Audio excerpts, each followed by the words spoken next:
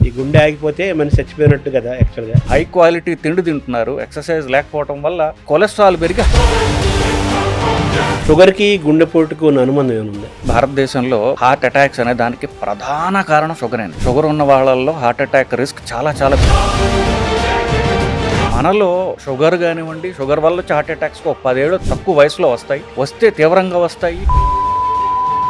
గుండెపోటు అనేది రాకుండా ఉండాలంటే వాట్ ఇస్ ది ప్రివెన్షన్? గుండెపోట్లు రక్తనాళాల్లో ఏదైతే బ్లాక్ చేస్తుందో అన్ని అవయవాల్ని కూడా అదే బ్లాక్ చేస్తుంది. కాళ్ళ రక్తనాళాలు బ్లాక్ అవడానికి ఇదే కారణం. అన్ని రక్తనాళాలు బ్లాక్ అవడానికి ఒకటే సింగులర్ పదార్థం పేరు.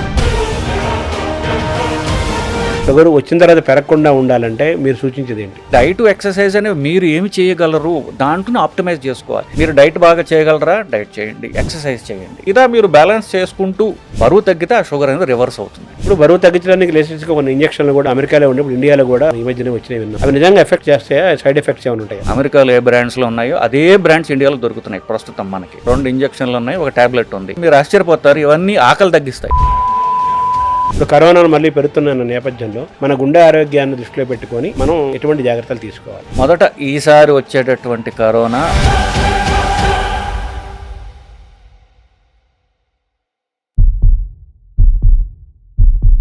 నమస్కారం.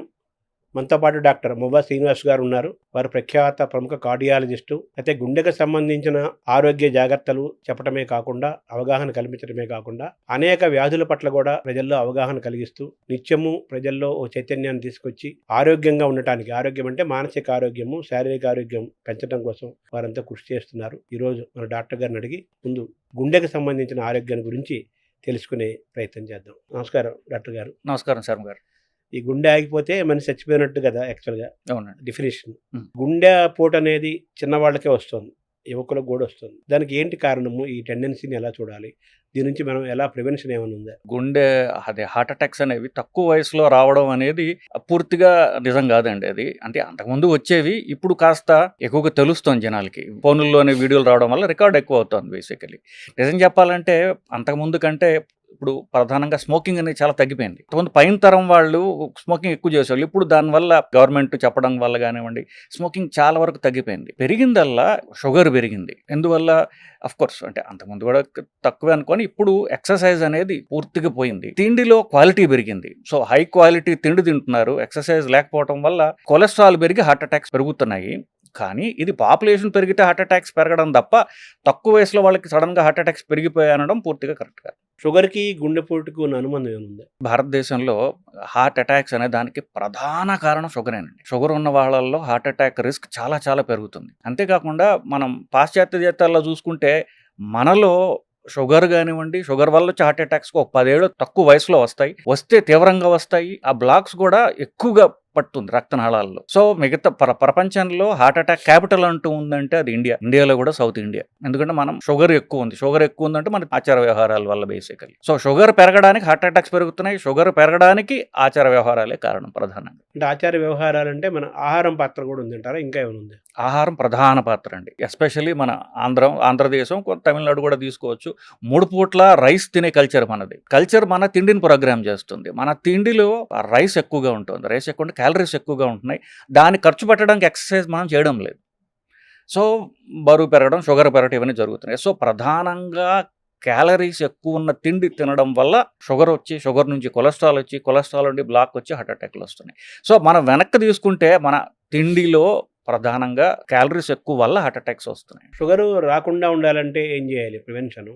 షుగర్ పెరగకుండా ఉండాలంటే ఏం చేయాలి వచ్చిన తర్వాత? షుగర్ ఇప్పుడు మనం దాన్ని వెనక్కి స్టెప్ బై స్టెప్ తీసుకొచ్చాం. చివరికి మన తిండిలో ఎక్కువగా ఉన్న క్యాలరీస్ అని అనుకుంటున్నామండి. సో మన తిండిలో క్యాలరీస్ అనేవి కార్బోహైడ్రేట్స్ అంటారు. వాటిల్లోంచి ప్రధానంగా క్యాలరీస్ వస్తాయి. మనం తినే తిండిలో క్యాలరీస్, కార్బోహైడ్రేట్స్ ఎక్కువ ఉన్న తిండిలు ఏంటంటే రైస్ ఒకటి, 2 చక్కెర అంటే చక్కెర, బెల్లము, స్వీట్స్ అన్ని దానిలోకి వస్తాయి. రైస్, చక్కెర, మూడోది దుంపలు, నాలుగోది పళ్ళు. సో ఈ నాలుగిట్లో ఉండేటటువంటి క్యాలరీస్ ఎక్కువగా తినడం వల్ల 30 తర్వాత శరీరం పెరగడం ఆగిపోతుంది. సో దానికి తిండి అక్కర్లా, కానీ మన తిండి కంటిన్యూ అవుతుంటుంది అట్లాగే అదే మోతాదులో. సో ఎక్కువ క్యాలరీస్ ఏమవుతుంది, ఫ్యాట్ కింద కన్వర్ట్ అయిపోయి అది కొలెస్ట్రాల్ అని పెరుగుతుంటుంది. సో మీరు అడిగిన క్వశ్చన్కి స్పెసిఫిక్గా చెప్పాలి అంటే మనం తినే తిండిలో రైస్ మిగతావి ఎక్కువ తినరు కాబట్టి, పళ్ళు కానీ చాలా మంది రోజు తినకపోవచ్చు, షుగర్ ఏదో కొంచెం తినొచ్చు, దుంపలు అప్పుడు పెద్దవాళ్ళు ఎక్కువ అప్పుడు తక్కువ తింటారు. సో రైస్ ప్రధానంగా తగ్గించుకుంటే తిండిలో క్యాలరీస్ తగ్గుతాయి. తిండిలో క్యాలరీస్ తగ్గితే షుగర్ తగ్గుతుంది. సో మన జెనెటిక్స్, మన డిఎన్ఏ, మన ఆహారపు అలవాట్లు ఒక్కొక్క ప్రాంతానికి ఒక్కొక్క శీతోష్ణ పరిస్థితులు కానీ జీన్స్ కానీ ఒక్కొక్క ప్రాంతానికి ఒక్కొక్క రకమైన ఆహారాన్ని డిజైన్ చేశారు కదా. సో మనకు కూడా అలా డిజైన్ అవ్వబడిన ఆహారం కదా ఇది. దీన్ని మనం ఇప్పుడు తప్పుగా మనం చూడాలా, ఎలా చెప్పాలి? కరెక్టే. ఇప్పుడు మీరు సాహిత్యాభిమానులు, శ్రీనాథుడు చాటువులు చెప్పాడండి. చిన్న చిన్న రాళ్ళు, చిల్లర దేవుళ్ళు, నాగులేటి నీళ్లు, నాపరాళ్ళు, సజ్జ జొన్న కూళ్ళు, సర్పంబులను తేళ్లు, పలనాటి సీమ పల్లెటూళ్ళు. ఆయన చెప్పింది ఏమిటి, నా పల్నాడులో ఆ రోజులు తినేది సజ్జ జొన్న. సో అది శ్రీనాథుడు 400 ఏళ్ళ క్రితం వాడే కదా. సో మన ప్రధానంగా అట్లీస్ట్ ఆయన చెప్పిన ప్రాంతం చూసుకున్నా కూడా సజ్జ జొన్న ఎక్కువ తినేవాళ్ళు. అఫ్కోర్స్ తెలంగాణలో ఇప్పటికీ కూడా రైస్ కంటే పల్లెటూళ్ళలో చూసుకుంటే జొన్నలు ఎక్కువ తింటుంటారు. ఫస్ట్ ఎక్కువ ప్రధానంగా ప్రజలు తినేది సజ్జలు, జొన్నలు ఇట్లాంటివి తినేవాళ్ళు. కొంచెం చదువుకున్న వాళ్ళు, అప్పర్ క్లాస్ వాళ్ళు రైస్ తినడంతో అది ఫ్యాషన్ అయిపోయింది. సో రైస్ తినడం కొంచెం ఫ్యాషన్ లాగా అయిపోయి రైస్ ఎక్కువగా పెరిగిపోతూ వచ్చింది. ప్లస్ మనకి మనది రెండు సార్లు తినే కల్చర్. ఈ బ్రిటిష్ వాళ్ళు వచ్చి బ్రేక్ఫాస్ట్ అనేది ఇంట్రడ్యూస్ చేశాడు. సో 3 సార్లు తినడం అదొక ఫ్యాషన్ అయిపోయింది. ఆ ఫ్యాషన్ లో రైస్ తినడం అంటే ఇప్పుడు ఇడ్లీలు కానివ్వండి ఇవన్నీ కూడా రైస్ ప్రధానంగా చేసే రిలేటెడ్. సో 2 సార్లు తినే జొన్నలు పోయి 2 సార్లు రైస్ వచ్చి అది 3 సార్లు రైస్ అయిపోయింది. సో ఈ కల్చర్ మనం డిజైన్ చేసుకుంది కాదు, మనం డిజైన్ చేసుకుంది మనం కల్చరల్ ఫ్యాషన్ బట్టి పోయి ట్రెడిషనల్ తిండి మారిపోయి గత 300-400 ఏళ్ళుగా ఈ రైస్ ప్రధానమైనటువంటి తిండిగా రూపాంతరం చెందింది బేసికల్. దానివల్ల ఇప్పుడు ఈ అధిక బరువు, షుగరు పెరిగి హార్ట్ అటాక్లు పెరుగుతున్నాయి తప్ప మన ట్రెడిషనల్ తిండి మనం మానేసాం, వదిలేసాం. అందువల్ల ఇది వస్తుంది అనేది నా అభిప్రాయం. మామూలుగా గ్రీన్ రెవల్యూషన్ వచ్చిన తర్వాత ఈ మన ప్రాంతంలో రైసు, నార్త్ ప్రాంతంలో గోధుమలు, ఈ రెండు పెరిగినాయి గ్రీన్ రెవల్యూషన్లో భాగంగా. ఈ పెరిగిన తర్వాతనే షుగర్లు ఇవన్నీ పెరుగుతున్నాయి అని అంటున్నారు. సో మనదైన ఆహారం మళ్ళీ మనం తిరిగితే ఇప్పుడు మీరు చెప్పినట్టుగా సజ్జలు, జొన్నలు, రాగులు, ఆరికలు, కొర్రలు ఇటువంటి ఆహారం ఒకప్పుడు తినేవాళ్ళము కొన్ని వందల సంవత్సరాల క్రితము. 50 ఏళ్ళ క్రితం కూడా చాలా ప్రాంతాల్లో, పల్నాడు ప్రాంతాల్లో, చాలా ప్రాంతాల్లో, రాయలసీమలో, తెలంగాణలో 40 ఏళ్ళ క్రితం కూడా తిన్నారు. ఆ ఆహారం మళ్ళీ మనం ఆహారాన్ని కానీ దాంట్లోకి వెళితే మళ్ళీ మన ఆరోగ్యాన్ని తిరిగి తెచ్చుకోవచ్చు అని అనొచ్చా మీ మాటల ద్వారా? నిస్సంశయంగా అండి, ఎట్లా అనుమానం లేకుండా మన ట్రెడిషనల్ అంటే ఇప్పుడు కాదు, మనం మీరు చెప్పినట్టుగా మన ట్రెడిషనల్ తిండికి మనం పోగలిగితే మనకున్న జాడ్యాలన్నీ పోతాయనేది నా అభిప్రాయం అండి. ఇప్పుడున్న నేపథ్యంలో లైఫ్ స్టైల్ డిసీజెస్ అంటున్నారు. ఎగ్జాక్ట్. మనం ఏ డిసీజ్ టచ్ చేసినా దానంటే లైఫ్ స్టైల్కి లింక్ చేస్తున్నారు కదా. అవును. ఇప్పుడు ఈ మారిన క్రమంలో లైఫ్ స్టైల్ని మనం మార్చుకోవటం సాధ్యమా? ఇటువంటి వాతావరణంలో కూడా మన ఆరోగ్యాన్ని ఎలా కాపాడుకోవాలి? సో దానికి ఒకటే ఎగ్జాంపుల్ చెప్తానండి. ఇప్పుడు నేను చాలా బిజీ, నేను కార్పొరేట్లో పనిచేస్తుంటే మేనేజర్ని లేదా నేను డాక్టర్ని కావచ్చు, ఎవరైనా సరే నేను ఎంత బిజీగా ఉన్నానంటే పొద్దున 6 నుంచి రాత్రి 11 బిజీగా ఉన్నా, అందువల్ల హార్ట్ అటాక్ వచ్చిందంటే నాకు అర్థం లేదు కదా. సో మీరు ఏం పని చేసినా చివరికి మీరు ఆరోగ్యం పాడు చేసుకున్నంతగా ఉంటే ఆ పని మీకు హానికరం. బిజీగా ఉండొద్దు నేను చెప్పట్లా, పని తగ్గించుకోవాలని కూడా నేను చెప్పట్లా. మీరు ఎంత బిజీగా మీ స్కెడ్యూల్ మీరు పెట్టుకుంటారో ఆ స్కెడ్యూల్లో 1 గంట మీరు ఎక్సర్సైజ్ పెట్టుకోకపోతే మీకు మీరు హాని చేసుకుంటున్నారు కదా. మీరు ఆరోగ్యంగా ఉంటే మీ పని ఇంకా బాగా చేయగలరు. సో మీకు పని చేయడానికి బాగా ఎఫిషియెంట్గా ఉండడానికి భాగంగా మీ బాడీని కాపాడుకోవడం కూడా మీ ఎఫిషియన్సీలో భాగం. అది పెద్ద పెద్ద పొజిషన్స్లో ఉన్న వాళ్ళకైతే వాళ్ళ ఆరోగ్యం ప్రజలకు ఉపయోగం కాబట్టి వాళ్ళ చుట్టూ ఉన్న టీము వాళ్ళకి సంవత్సరాలు పరీక్షలు చేయడం, వాళ్ళకి బలవంతంగా ఎక్సర్సైజులు చేస్తుంటారు. అలాగే if you want to be busy or if you think you are efficient, మీరు నేను ఎఫిషియంట్ అనుకుంటే దానిలో బాగా ఎక్సర్సైజ్ ఉండాలి. అంటే ఫిజికల్ ఫిట్ బాడీలో ఫిట్ మైండ్ ఉంటుంది కాబట్టి. సో నేను ఎంత బిజీగా ఉన్నాను, చాలా స్ట్రెస్ఫుల్ లైఫ్ కాబట్టి నేను ఎక్సర్సైజ్ చేయలేకపోతున్నాను అనడం అనేది మీరు ఎఫిషియంట్ కాదు అని చెప్తోంది అది. సో అంటే దెర్ ఈజ్ నో ఎక్స్క్యూజ్. మీరు పొద్దున బిజీగా ఉంటే మధ్యాహ్నం చేయండి, లంచ్ టైంలో చేయండి, లంచ్ టైంలో బిజీగా ఉంటే ఎక్సర్సైజ్ సాయంత్రం చేయండి. ఏదో ఒక టైంలో మీరు ఎక్సర్సైజ్ చేసి తీరాలి, లేదంటే మీరు అనారోగ్యం పాలవుతారనే తథ్యం అండి. షుగర్లు రాకుండా ఉండాలంటే శాశ్వతంగా షుగర్ వచ్చిన తర్వాత పెరగకుండా ఉండాలంటే మీరు సూచించేది ఏంటి? సింపుల్ లెక్క అండి. బేసిక్‌గా మనం తినే తిండిలో క్యాలరీస్ ఎక్కువ ఉంటున్నాయి. ఆ క్యాలరీస్‌ని ఖర్చు పెట్టలేకపోతున్నాం మనం. ఇప్పుడు డైట్ అంటాం. మనందరం ఇప్పుడు మాట్లాడింది రైస్ ఆపేయాలని చెప్తున్నాం. ఈ అలవాట్ల వల్ల ఇప్పుడు అన్నప్రాసన చేసేది అన్నం అంటున్నాం. అన్నప్రాసన ఒక సంవత్సరం వయసులో చేస్తారు. 40 ఏళ్ళకో, 50 ఏళ్ళకో నాలాంటి డాక్టర్ అవ్వచ్చు అన్నం మానేయమంటే వాళ్ళకి కష్టం కావచ్చు. అందరూ ఆపలేకపోవచ్చు కూడా. సో ఈ డైట్, ఎక్సర్సైజ్ అనేవి మీరు ఏమి చేయగలరు? దాంట్లోనే ఆప్టిమైజ్ చేసుకోవాలి. మీరు డైట్ బాగా చేయగలరా? డైట్ చేయండి. మీరు డైట్ చేయలేరు అనుకోండి, మీరు తగ్గించగలిగినంత మీరు తగ్గించుకోండి. ఎక్సర్సైజ్ చేయండి. సో ఈ 2 బ్యాలెన్స్ చేసుకుంటూ మనం బరువు తగ్గాలి. సో బరువు తగ్గడానికి మీరు డైటు చేయాలి, ఎక్సర్సైజు చేయాలి. వట్టి డైటే చేశారనుకోండి, ఒక గాలి తీసిన బెలూన్ లాగా ఒక సిక్ లుక్ వస్తుందన్నమాట. ఏదో జబ్బు పడిపోయిన వాడి లుక్ వస్తుంది. అది కాకుండా ఎక్సర్సైజ్ చేసినట్లయితే ఆ ఫ్యాట్ లాస్ ఏదైతే ఉందో అది హెల్తీగా ఉంటాడు వాడు. సో ఎక్సర్సైజ్ చేసిన బాడీ హెల్తీగా అందంగా కనిపిస్తుంది. ఒట్టి డైట్ చేసిన వాడికి జబ్బు వచ్చినా కూడా చూడండి అలా గాలి తీసిన బెలూన్లాగా అయిపోతాడు చూసారు అలా. సో మీరు ఈ డైట్ని చేసుకుంటూ, మీరు డైట్ చేయడం కష్టమైతే కనీసం ఎక్సర్సైజ్ చేసుకుంటూ, ఎక్సర్సైజ్ చేయడం కష్టమైతే డైట్ ఎక్కువ చేసుకుంటూ, ఇలా మీరు బ్యాలెన్స్ చేసుకుంటూ బరువు తగ్గితే ఆ షుగర్ అనేది రివర్స్ అవుతుందండి. ఇప్పుడు మన డయాబెటీస్ అనేటటువంటి జబ్బులో 95% రివర్సిబుల్ అండి. 95% టైప్ 2 డయాబెటీస్ అంటారు. అంటే అది అధిక బరువు వల్ల వచ్చింది, అది జెనెటిక్గా వచ్చింది కాదు. So 95% reversible. ఇప్పుడు ఎవరెవరైతే డయాబెటీస్ రివర్స్ చేస్తాము అని అడ్వర్టైజ్ చేసుకుంటున్నారో చెప్తున్నారో వాళ్ళందరూ చివరికి ఎఫెక్టివ్గా చేసేది బరువు తగ్గించడమే. సో మీరు బరువు తగ్గించగలిగితే డిసీజ్ రివర్స్ అయిపోతుంది. ఇప్పుడు బరువు తగ్గించడానికి లేటెస్ట్‌గా కొన్ని ఇంజెక్షన్లు కూడా మొత్తం అమెరికాలో ఉండి ఇప్పుడు ఇండియాలో కూడా ఈ మధ్యనే వచ్చినవి విన్నాం. అవును. అవి నిజంగా ఎఫెక్ట్ చేస్తాయా? సైడ్ ఎఫెక్ట్స్ ఏమైనా ఉంటాయా? నిజానికి బరువు తగ్గడానికి అమెరికా వాళ్ళకి ఏంటంటే అర్థమైపోయింది. జనాలు తిండి ఆపలేరు, ఎక్సర్సైజ్ చేయడం వీళ్ళ వల్ల కాదు, అది ఫిక్స్ అయిపోయాం. సో దీనివల్ల ఏమిటి, సో ఎక్సర్సైజ్ చేయలేరు, తిండి తగ్గించలేరు. కాబట్టి నిజం చెప్పాలంటే ఇప్పుడు 2 ఇంజెక్షన్లు ఉన్నాయండి భారతదేశంలో ఈరోజు హైదరాబాద్లో అవైలబుల్.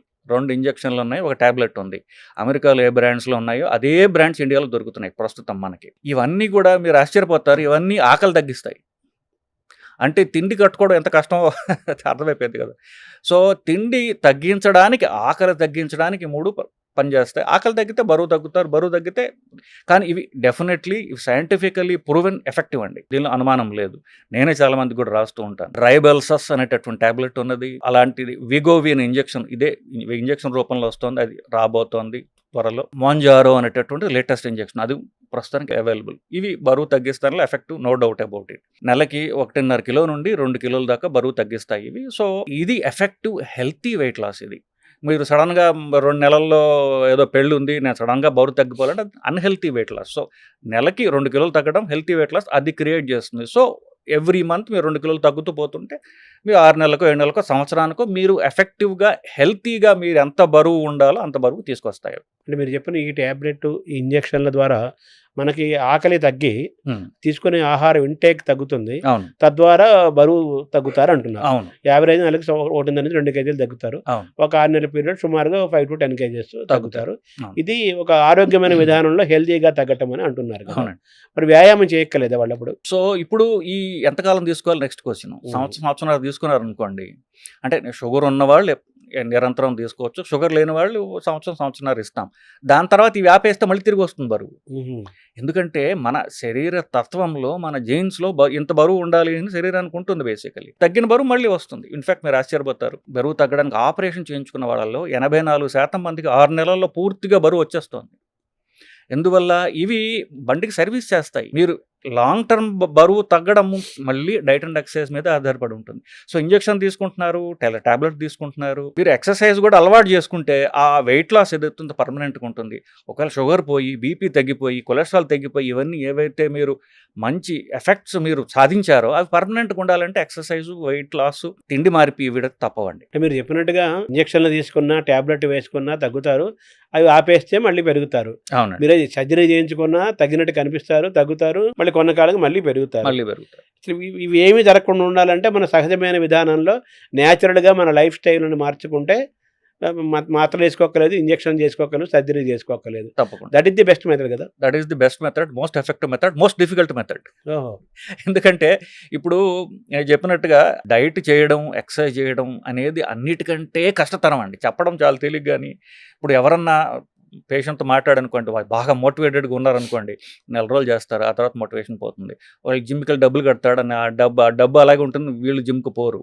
సో డైట్ ఎక్సర్సైజ్ అనేది మన యాటిట్యూడ్, మన ఆలోచన విధానం ఉంది చూసారా, అది కొంచెం బద్ధకంతో నిండి ఉన్నటువంటి ఆలోచన. బేసికల్ మనుషులందరూ అలాగే ఉంటారు చేసి, అది లాంగ్ టర్మ్ చేసుకోవడం అనేది యాక్చువల్ ఛాలెంజ్. శరీరాన్ని, మన మనస్సుని కాదని నేను లాంగ్ టర్మ్ ఎక్సర్సైజ్ చేస్తాను అని అలవాటు చేసుకోవడం, దాన్ని ఎంజాయ్ చేయాలి బేసికల్. అప్పుడు లాంగ్ టర్మ్ చేయలేరు కదా. ఇప్పుడు డైట్ మార్పిడి చేసాము, అది ఎంజాయ్ చేయలేకపోతే వాళ్ళు లాంగ్ టర్మ్ డైట్ చేయలేరు. ఇన్ఫ్యాక్ట్ 80% డైట్స్ అన్నీ ఫెయిల్ అవుతాయి. ఎవరెవరు డైట్ గురువులు ఉన్నారో అన్ని ఫెయిల్యూర్ డైట్లు. ఎందువల్ల?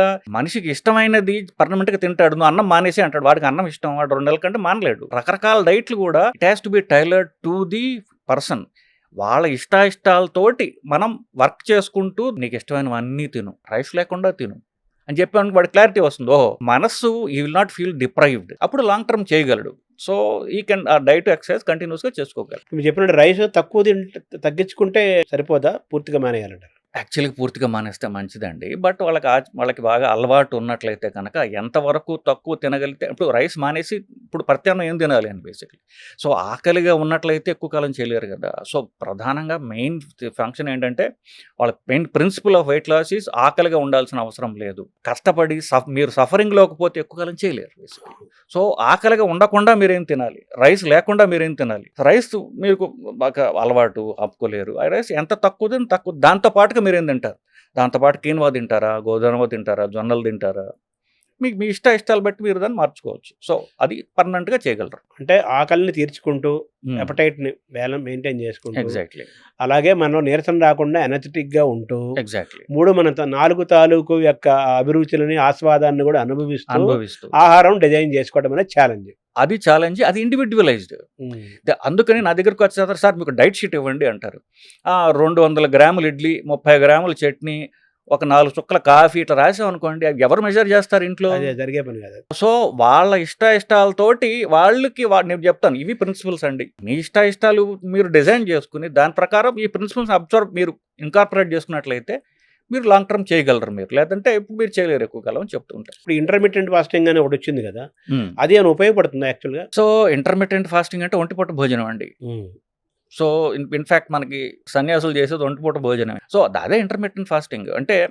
ఇంటర్మీడియట్ ఫాస్టింగ్ అంటే రోజుకి ఒకసారి తినడం, మిగతాదంతా కూడా కడుపు ఖాళీగా ఉంచుకోవటం, లేదా మీరు రైస్ కాకుండా మీరు ఏమైనా తినగలగడం. సో అలా చేసినట్లయితే ఎఫెక్టివ్ ఉండాలని అనుమానం లేదు. మీకు సైంటిఫిక్ రీజన్ చెప్పగలను. సైంటిఫిక్ రీజన్ ఏంటంటే, దానికి ఇప్పుడు మీరు ఏది తిన్నా కూడా అది పూర్తిగా బ్రేక్ డౌన్ అయ్యి కణాలకు వెళ్ళడానికి 12 గంటలు పడుతుంది. మీరు పొద్దున్న బ్రేక్ఫాస్ట్ 8ంటికి చేశారండి, ఆ తిన్న బ్రేక్ఫాస్ట్ పూర్తిగా అది కణాల్లో పోవడానికి రాత్రి 8 గంటలు అవుతుంది. మరి రాత్రి దాకా మరి వెయిట్ చేయట్లేదుగా. 10ంటికి ఒక కాఫీ, టీయో, మధ్యాహ్నం మళ్ళీ పూర్తి భోజనము, రాత్రి మళ్ళీ పూర్తి, అంటే ఇది పూర్తిగా సెల్స్లోకి వెళ్ళలేదు. 2 లోడ్లు ఆల్రెడీ పడిపోయాయి. సో మనం టైం ఇవ్వట్లా. సో 12 గంటలు గ్యాప్ ఇచ్చారనుకోండి, అప్పటికి తినదంతా శరీరంలోకి వెళ్ళిపోతుంది. అప్పుడు నెక్స్ట్ తీసుకోవచ్చు. ఈ 12 గంటల కంటే ఎక్కువ మీరు గ్యాప్ ఇచ్చారనుకోండి, అప్పుడు శరీరంలో, రక్తంలో క్యాలరీస్ లేవు. అదేం చేస్తుంది, ఉన్న ఫ్యాట్ కరిగించుకుంటుంది. అప్పుడు బరువు తగ్గుతారు మీరు. సో ఇది సైంటిఫిక్ ప్రిన్సిపల్ బేసిక్లీ ఇంటర్మీడియట్ ఫాస్టింగ్కి. సో 12 గంటలు మీరు పొట్ట ఖాళీగా ఉంచగలిగితే, రాత్రి 8ంటికి తిన్నారు మీరు, 12 గంటలు పొద్దున్న 8 దాకా ఏం తినరు, బ్రేక్ఫాస్ట్ డ్రాప్ చేశారనుకోండి, అప్పుడు మీ ఫ్యాట్ కరగడం స్టార్ట్ అవుతుంది. సో బ్రేక్ఫాస్ట్ ఆపేయడమే ఇంటర్మిటెంట్ ఫాస్టింగ్. అయితే ఇప్పుడు ఆహారం తీసుకోకపోతే గ్యాస్ ఫామ్ అవుతుంది అంటారు కొంతమంది, దాన్ని ఎలా చూడాలి? సో ఇప్పుడు నేను బ్రేక్ఫాస్ట్ ఆపేసేయండి, ఇది ఇంటర్మీడియట్ ఫాస్టింగ్. ఇంటర్మీడియట్ ఫాస్టింగ్ అనేది సైంటిఫిక్ టర్మ్, చాలా మందికి మాట. సో బ్రేక్ఫాస్ట్ ఆపేయడం ప్రాక్టికల్లీ. ఇప్పుడు ఇది ఒక చిన్నప్పటి నుంచి ఒక 40-50 ఏళ్ళు ఎంత వాళ్ళ వయసు బట్టి అది అలవాటైనటువంటిది. పొట్టకి పొద్దున్న 8ంటికి లోడ్ పట్టడం అనేది దానికి అలవాటు అయిపోయింది. సో అది వేయలేదనుకోండి, అది గోల పెడుతుంది. అవసరం కొద్ది కాదు, అలవాటు బట్టి. సో అలవాట్లు మనకు హానికరమైనప్పుడు అలవాట్లు మార్చుకోవాలి కదా. సో అది కొంతకాలం, నెలలో 2 నెలల్లో మీ అలవాట్లు బట్టి అది కొంచెం మొరాయిస్తుంది, కానీ దానికి మంచిది కాబట్టి మనం చేసి తీరాలి. సో గ్యాస్ పట్టడం, ఉబ్బరంగా ఉండడం, ఇట్లాంటివన్నీ కూడా మెల్లగా సర్దుకుంటాయి. బేసిక్గా మన శరీరానికి మనం ఏది అలవాటు చేస్తే మెల్లగా దానికి అలవాటే ఒక సులక్షణం ఉంది. సరే, చెడు చెప్పారు మీరు, మంచి కూడా ఉంది కదా. మన శరీరానికి మనం ఏది అలవాటు చేస్తే అది ఆటోమేటిక్గా అలవాటు అయిపోతుంది. అది కాబట్టి ఆ ప్రాక్టీస్లో మనం నార్మల్సీకి వచ్చేస్తాం విత్ నో టైం. అవును. That's positive sign. సో ఇప్పుడు షుగర్ రాకుండా ఉండాలంటే మీరు సూచించే ఆహారం ఏమైనా ఉందా? సో షుగరు రాకుండా ఉండాలంటే మీ బరువు చూసుకుంటూ ఉండండి. మీ బరువు అనేది మీ హైట్ బట్టి ఉంటుందండి. 30 వయసు దాకా జనరల్లీ కొంతవరకు ఏదో ఒక రూపంలో కాస్త శరీరం గ్రోత్ అంటూ జరుగుతూ ఉంటుంది. దాని తర్వాత గ్రోత్ పూర్తిగా ఆగిపోతుంది. అక్కడి నుంచి బరువు పెరగడం మొదలెడతారు. సో మీ హైట్ మీరు మెజర్ చేసుకొని దాన్ని సెంటీమీటర్స్‌లోకి మార్చుకొని, ఫర్ ఎగ్జాంపుల్ 5 ఫీట్ ఎవరన్నా హైట్ ఉన్నారనుకోండి, వాళ్ళు 150 సెంటీమీటర్లకి వస్తుంది. సో 150లో 100 తీసేయండి, 50 మిగిలింది. సో 5 ఫీట్ ఉన్నవాళ్ళు 50 కిలోలు ఉండాలి ఐడియల్‌గా. సో మీ హైట్, ఇది సింపుల్ లెక్క, కాంప్లెక్స్ లెక్కలు ఉన్నాయి, సింపుల్ జనాలు చెప్పడం అర్థం అవ్వడానికి. మీ హైట్ బట్టి మీ వెయిట్ ఉంటుంది. మీ హైట్‌ని సెంటీమీటర్స్‌లో చూసుకుని దానిలో 100 తీసేస్తే మిగిలేది మీ ఐడియల్ వెయిట్. ఆ వెయిట్‌కి దరిదాపుగా అటు ఇటు మీరు మెయింటైన్ చేసుకుంటున్నా కూడా మీరు బరువు పెరగరు. అది మెయింటైన్ చేయగలిగితే షుగర్ రాదు. ఇప్పుడు అది ఏజ్‌ని బట్టి కూడా మారదా ఆ వెయిట్? అన్ని ఏజ్‌లకి 100 తగ్గించడమేనా? సో ఏజ్ ఇప్పుడు 30 ఏళ్ల వాడికి రూపంలో, 60 ఏళ్ల వాడికి రూపంలో తేడా ఏంటంటే 30 ఏళ్ల వాడు సన్నగా ఉంటాడు, 60 ఏళ్ల వాడు లావుగా ఉంటాడు. ఎందువల్లంటే 30 ఏళ్ల తర్వాత మెటబాలిజం స్టార్ట్స్ ఫెయిలింగ్. ఓహో! మెటబాలిజం తగ్గిపోతూ ఉంటుంది. సంవత్సరానికి 1% వాళ్ళ లంగ్ కెపాసిటీ, వాళ్ళ మజిల్ కెపాసిటీ తగ్గిపోతూ ఉంటుంది. అది న్యాచురల్. ఇంకా అంటే నేచర్‌కి మనతో అవసరం లేదు. అంటే 60 ఏళ్ళకి మీరు చెప్పిన 30% తగ్గిపోతుందా? 30% తగ్గిపోతుంది. అంటే సంవత్సరం పర్సెంట్ అంటే 1% తగ్గిపోతూ పోతుంది. వాడు 90 ఏళ్ళు జీవిస్తే 60% తగ్గిపోతుంది. అందుకనే ఎల్డర్లీ వాళ్ళకు వీక్‌గా ఎందుకుంటారు? ఇప్పుడు 30 ఏళ్ల వాడి కంటే 60 ఏళ్ల వాడు బలం తక్కువ ఎందుకుంటాడు? లావు ఎందుకు ఎక్కువగా ఉంటాడు? అన్నిటికీ ఒకటే ఆన్సరు. మీ మెటబాలిజం ఫెయిల్ అవుతోంది. ఫెయిల్ అవ్వకుండా చూసుకోవడానికి వ్యాయామం ఒకటే మార్గము. ఫెయిల్ అవ్వాలని లేదు. ఫెయిల్ న్యాచురల్‌గా అవ్వచ్చు. మీరు మజిల్ స్ట్రెంగ్త్ మీరు మెయింటైన్ చేసుకుంటే మీ మెటబాలిజం అనేది 30 ఏళ్లకున్న మెటబాలిజం 60 ఏళ్ళకి మీరు మెయింటైన్ చేయగలరు. అదే 90 ఏళ్ళు కూడా మెయింటైన్ చేయగలరు. If provided you maintain muscle strength. Muscle strength పెంచుకోవాలంటే ఎక్సర్సైజ్ ఒకటే భాగమా? ఎక్సర్సైజ్ మాత్రమే పనికొస్తుంది. మనిషి యొక్క బరువు ద్వారా కొలెస్ట్రాల్, షుగర్ ఇవన్నీ లింక్ గుండెపోట్లు చెప్పారు కదా. సన్నగా ఉంటారు, మామూలు ఐడియల్ వెయిట్ అనిపిస్తారు, చాలా లీన్‌గా ఉంటారు, మామూలుగా ఉంటారు. షుగర్ పేషెంట్లు, హార్ట్ పేషెంట్లు అలాంటి వాళ్ళు కూడా చాలా ఎక్కువ మంది ఉన్నారు కదా. దాన్ని ఎలా చూడాలి? మన భారతదేశంలో ఒక రకమైనటువంటి స్పెషల్ పాపులేషన్ ఉన్నారండి. వాళ్ళని ఏమంటే లీన్ డయాబెటిక్స్ అంటారు. ఇప్పుడు నేను ఇందాక చెప్పాను, షుగర్ వ్యాధిగ్రస్తుల్లో 95% మంది టైప్ 2 డయాబెటీస్ వాళ్ళు బరువు పెరగడం వల్ల వచ్చారు అని చెప్పేసి. ఇంకొక 5% ఉన్నారు చూసారా, వాళ్ళలో కొంత శాతం 2% ఎవరంటే లీన్ డయాబెటిక్స్ అంటారు. ఇది భారతదేశంలో ఎక్కువ, ఎస్పెషల్ సౌత్ ఇండియాలో ఎక్కువ. అంటే సన్నగా ఉంటాడు వాడు, కానీ అవయవాల చుట్టూ ఫ్యాట్ ఎక్కువ ఉంటుంది. విజరల్ ఫ్యాట్ అంటే వాడు సన్నగా ఉంటాడు, పొట్ట మాత్రం ఎంత ఉంటుంది. అంటే ఏంటి, అవయవాల చుట్టూ ఫ్యాట్ ఎక్కువ ఉంది, దానివల్ల షుగర్ వస్తుంది వాళ్ళకి. సో వీళ్ళకి కూడా ఫ్యాట్ తగ్గడానికి చేసే ఎక్సర్సైజెస్ ఏవైతే ఉన్నాయో అవి చేసుకున్నట్లయితే పొట్ట చుట్టూ ఉండే ఫ్యాట్ కూడా పోతుంది. వాళ్ళు అంటే పొట్ట చుట్టూ ఉండే అవయవాల చుట్టూ ఉండే ఫ్యాట్, బొజ్జ, అది పోతుంది.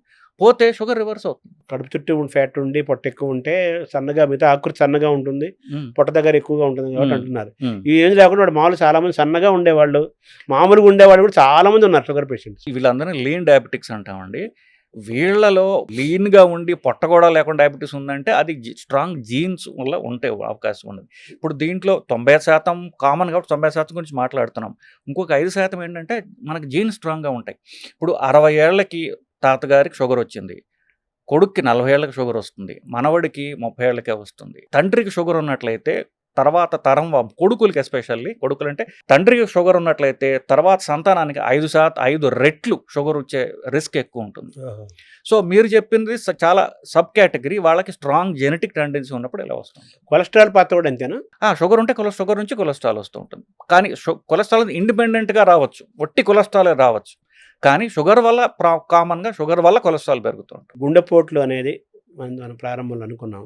గుండెపోటు అనేది రాకుండా ఉండాలంటే మనం ఎటువంటి ఆహారం తీసుకోవాలి? What is the prevention? గుండెపోటు ఎందుకు అంటున్నామంటే గుండెపోటు వల్ల ప్రాణాలు పోతాయని. బట్ అది గుండెపోట్లు రక్తనాళాల్లో ఏదైతే బ్లాక్ చేస్తుందో శరీరంలో అన్ని రక్తనాళాలని, అన్ని అవయవాల్ని కూడా అదే బ్లాక్ చేస్తుంది. ఫర్ ఎగ్జాంపుల్ గుండెపోటుకి ఏదైతే కారణమో పక్షవాతానికి అదే కారణం. అలాగే కాళ్ళ రక్తనాళాలు బ్లాక్ అవడానికి ఇదే కారణం. అన్ని రక్తనాళాలు బ్లాక్ అవడానికి ఒకటే సింగులర్ పదార్థం పేరు ఎల్డిఎల్. మన రిపీట్ ప్రొఫైల్లో అది కనిపిస్తూ ఉంటుంది. ఇది ఎల్డిఎల్ అనే పదార్థం కొలెస్ట్రాల్ అన్నదానికి ఇది ప్రధాన కారణం. దీనివల్ల బ్లాక్ అవుతాయని లిపిడ్ హైపోథసిస్ అని 1978లో కనిపెట్టారండి. ఇది ఒక స్టడీ చేసి కనిపెట్టారు బేసికలీ. సో ఎల్డిఎల్ అనే పదార్థాన్ని పరీక్ష చేసుకుంటూ, ఇన్ఫ్యాక్ట్ అమెరికన్ హార్ట్ అసోసియేషన్ వాళ్ళు ఏమంటారంటే 18 ఏళ్ళు వయసు దాటిన వాళ్ళు ప్రతి సంవత్సరం ఫుల్ పాపులేషన్ ప్రతి సంవత్సరం కొలెస్ట్రాల్ పరీక్ష చేసుకోండి, ఎల్డిఎల్ మానిటర్ చేసుకోండి. అంటే దాని బ్యాడ్ కొలెస్ట్రాల్ అంటున్నారు. అది బ్యాడ్ కొలెస్ట్రాల్ అంటున్నాం. అది మీరు ఒక కంట కనిపెడుతూ దాన్ని మీరు 120 కంటే తక్కువ మెయింటైన్ చేసుకుంటూ మీరు ఎక్సర్సైజ్ చేయండి, డైట్ చేయండి, మీరు ఏం కావాలంటే అది చేసుకోండి. అది చేసుకుని 120 కంటే దాటకుండా చూసుకుంటే మీకు హార్ట్ అటాక్ మీకు రాదు. సో బ్యాడ్ కొలెస్ట్రాల్ రాకుండా తగ్గించుకుంటూ పెరగకుండా చూసుకోవటం ముఖ్యమన్నారు. గుడ్ కొలెస్ట్రాల్ పెంచుకోవడం కూడా ఇంపార్టెంట్ కదా. గుడ్ కొలెస్ట్రాల్ పెరిగితే బ్యాడ్ కొలెస్ట్రాల్ అది చాలా వరకు బ్యాలెన్స్ చేస్తుందండి. ఆ గుడ్ కొలెస్ట్రాల్ పెరగటం ఎలా అనేది ప్రధాన అంశం. ఇప్పుడు గుడ్ కొలెస్ట్రాల్ పెరగడానికి ఎక్సర్సైజ్ చాలా ఉపయోగపడుతుంది. అంటే ఎస్పెషల్లీ లాంగ్ డిస్టెన్స్, అంటే ఎక్కువ దూరం నడవడం, ఎక్కువ దూరం సైకిల్ తొక్కడం, ఎండ్యూరెన్స్ స్పోర్ట్స్, వీటి వల్ల ఎల్డిఎల్ పెరుగుతుంది. కొన్ని రకాలైన ఫుడ్స్ తినడం ద్వారా గుడ్ కొలెస్ట్రాల్ పెరుగుతుంది. ఫుడ్స్ అంటే fish related, fish oil related. For example ఎక్కడెక్కడైతే చేప ఎక్కువ తింటున్నారో, ఫర్ ఎగ్జాంపుల్ జపాన్లో ఒకినావా అనేటువంటి ఒక ద్వీపం ఉంది, ఐలాండ్ ఉంది. దాంట్లో 90% మంది 90 ఏళ్ళు దాటిన వాళ్ళే. సో వాళ్ళలో స్టడీ చేశారు ఒకటి, ఎందుకు ఇక్కడ ఎక్కువ కాలం బతుకుతున్నారు అని. వాళ్ళు ఏం చేసి వాళ్ళ పరీక్ష చేయగా ఏం తెలిసింది, వాళ్ళు ఎక్కువ ఫిష్ తింటున్నారు అని చెప్పేసి. ఫిష్ ఆయిల్లోంచి గుడ్ కొలెస్ట్రాల్ పెరిగే సబ్స్టెన్స్ వస్తాయి. కొన్ని స్టడీస్ చేశారు, అన్ప్రూవన్, చాలా చిన్న స్టడీస్ ఏంటంటే వెల్లుల్లిలో కూడా ఎల్డిఎల్, హెచ్డిఎల్ అనేటువంటి గుడ్ కొలెస్ట్రాల్ పెరిగే గుణం ఉన్నది అని చెప్పేసి. సోలోమన్ ఏదో ఒక చేప అంటారు. సోలమన్ చేప. సో ఈ చేపలు అవి ప్రధానంగా తినొచ్చు. ఇప్పుడు వెజిటేరియన్స్ అంటే మేము చేపలలో తింటాం అనుకునే వాళ్ళకి ఫిష్ ఆయిల్ క్యాప్స్యూల్స్ అని దొరుకుతున్నాయి, అవి వాడచ్చు. ఫిష్ ఆయిల్ క్యాప్స్యూల్లో కూడా మాకు అభ్యంతరం ఉన్నది. దాంట్లోంచి తీసినటువంటి ఒమేగా-3 ఫ్యాటీ యాసిడ్ అనేటటువంటి ఫైనల్ పదార్థం ఉన్న క్యాప్సూల్ దొరుకుతాయి. అది మీరు రోజుకు ఒకటి వేసుకుంటే మీకు గుడ్ కొలెస్ట్రాల్ పెరుగుతుంది. సప్లిమెంట్ ఉంది మన దగ్గర. సప్లిమెంట్స్ ఉన్నాయి. తర్వాత నిద్రలో కొంతమంది గుండెపోట్లు వస్తుంటాయి, అలాగే బోర్లో పనుకుంటే ప్రమాదం అంటారు. ఇది కరెక్టేనా? ఇది బోర్లా పడుకోవడం వల్ల ఎట్టి ప్రమాదం లేదు నిజానికి. సో అది నిద్రలో హార్ట్ అటాక్స్ రావడం ఎంతవరకు, నిద్రలో హార్ట్ అటాక్స్ 2 ప్రధాన కారణాలండి. హార్ట్ అటాక్స్ అన్నీ కూడా ఎర్లీ ఇన్ ద మార్నింగ్ వస్తాయి. ఎందుకంటే ఇప్పుడు మనం ఏదైతే అనుకుంటున్నామో మనకంటే శరీరము కొన్ని, ఈ ప్రకృతి అనేటటువంటిది మన చుట్టూ ఉన్న చూసారా, కొన్ని వందల లక్షల ఏళ్లుగా దాన్ని రిఫైన్ చేసుకుంటూ వచ్చింది. సో మనం మన గుండె కొట్టట్లేదు కదా. సో శరీరానికి ఇన్నెట్ ఇంటెలిజెన్స్ ఏం చేస్తుందంటే పొద్దున్న 6ంటికి వీళ్ళు నిద్ర లేపాలి కాబట్టి పొద్దున్న 3-4ంటికి బీపీ పెరగడం స్టార్ట్ అవుతుంది. ఆ బీపీ పెరగడంలో భాగంగా ఒక్కొక్కసారి హార్ట్ అటాక్ రిస్క్ వస్తుంది. ఎందుకు, బీపీ ఆల్రెడీ అధికంగా ఉన్న వాళ్ళకి, ఆల్రెడీ కొలెస్ట్రాల్ ఉన్న వాళ్ళకి ఆ బీపీ పెరగడంతో ఎర్లీ మార్నింగ్ అనేది సడన్గా హార్ట్ అటాక్స్ వస్తుంటాయి. So heart attacks early morning రావడం అనేది, పక్షవాతాలు ఎర్లీ మార్నింగ్ రావడం అనేది ఇది చాలా కామన్. దానికి సైంటిఫిక్గా ఇవి ఉన్నాయి. ఇంకొకటి కొన్ని జెనెటిక్ హార్ట్ జబ్బులు ఉంటాయి, అవి కూడా అర్ధరాత్రి వస్తాయి, ఎర్లీ మార్నింగ్. అవి అర్ధరాత్రి నిద్రలో వచ్చే హార్ట్ అటాక్స్ వచ్చి అవి జెనెటిక్ వచ్చినటువంటి జబ్బులు అవి. కానీ ప్రధానంగా హార్ట్ అటాక్స్, పక్షవాత ఎర్లీ మార్నింగ్ రావడానికి కారణం early morning rise of BP basically. So already BP ఎక్కువ ఉందనుకోండి, ఇంకా పెరిగి హార్ట్ అటాక్ వస్తుంది. సో బీపీ కనుక మనం కంట్రోల్ చేసుకుంటూ ఉంటే, ఎస్పెషల్లీ నైట్ బీపీ తక్కువ ఉన్నట్లయితే ఎర్లీ మార్నింగ్ హార్ట్ అటాక్స్, పక్షవాతాలు మనం నివారించవచ్చు. అంటే కొలెస్ట్రాల్ కూడా నైట్ టైం ఎక్కువ వర్క్ చేస్తుంటుంది అంట, అది కరెక్ట్ అండి? కొంతవరకు కరెక్ట్ అండి. అది కొలెస్ట్రాల్ అనేది రాత్రిపూట తయారవుతుంది లివర్లో, కాబట్టి కొలెస్ట్రాల్ టాబ్లెట్ రాత్రి ఇస్తారు. సో మామూలుగా ఇచ్చే కొలెస్ట్రాల్ టాబ్లెట్లు అంటే పాత కొలెస్ట్రాల్ టాబ్లెట్లు రాత్రి ఇవ్వమని చెప్పేవాళ్ళం. కొత్తవి అయితే ఎప్పుడు తీసుకున్నా పర్వాలేదు అంటే, ఎందుకంటే రోజంతా పనిచేస్తుంది కాబట్టి. బట్ ఐడియల్లీ ఇప్పటికీ కూడా కొలెస్ట్రాల్ టాబ్లెట్ నైట్ తీసుకోండి అనడానికి కారణం మీరు చెప్పిన పాయింట్. సరే, పొద్దున్న మనం నిద్ర లేచిన వెంటనే తెల్లారుజామున వస్తుంటాయి, సడన్గా కొంతమంది గుండెపోట్లు వస్తాయి. సరే, కొంతమంది గుండెపోటు రాకపోయినా కానీ మనం కొంచెం నివారణ చేసుకోవాలి అంటే పొద్దున్న లేచిన వెంటనే మనం ఇమీడియట్గా ఏం చేయాలి, ఏం చేయకూడదు? ఇప్పుడు గుండెపోటు రావడానికి కారణాలు ఎప్పుడు ఒకటే ఉంటాయండి, షుగరు, బీపీ, కొలెస్ట్రాల్, ఇట్లాంటివి, స్మోకింగ్. వీటిని కంట్రోల్ చేసుకుంటే గుండెపోటు రిస్క్ తగ్గుతుంది బేసికలీ. కానీ మీరు చెప్పిన పాయింట్, మీరు స్పెసిఫిక్ క్వశ్చన్ అడిగారు కాబట్టి, ఇప్పుడు చాలా మంది ఏం చేస్తారంటే వాళ్ళకి ఎర్లీ మార్నింగ్ టాయిలెట్ వస్తుంది, టాయిలెట్ వస్తే అదే నిద్రలో లేచి టాయిలెట్కి వెళ్తారు, అదే సగం నిద్రలోనే మూత్రం కానివ్వండి మల విసర్జన చేస్తూ ఉంటారు బేసికలీ. ఇప్పుడు మూత్ర విసర్జన ఎస్పెషల్లీ చేసినప్పుడు ఫుల్ బ్లాడర్ ఉంటుంది నైట్, అది సడన్గా ప్రెషర్ తగ్గడం వల్ల బీపీ తగ్గుతుంది. సో బీపీ తగ్గి కళ్ళుతీరి పడిపోతుంటారు, కళ్ళుతీరి పడిపోయి కాంప్లికేషన్లు వస్తూ ఉంటాయి. బాత్రూంలో పడిపోయాడు, లో బీపీ రావడం వల్ల. సో చిన్న చిట్టగా ఏంటంటే, ఏ వయసు వాళ్ళైనా సరే మీరు మంచం నుంచి లేచినప్పుడు వెంటనే ఫస్ట్ నుంచోకుండా ఒక్క అర నిమిషమో మంచం మీద కూర్చోండి, మీరు బ్యాలెన్స్గా ఉన్నారా ఏమిటో చూసుకోండి, చూసుకుని నుంచుని మళ్ళీ చూడండి.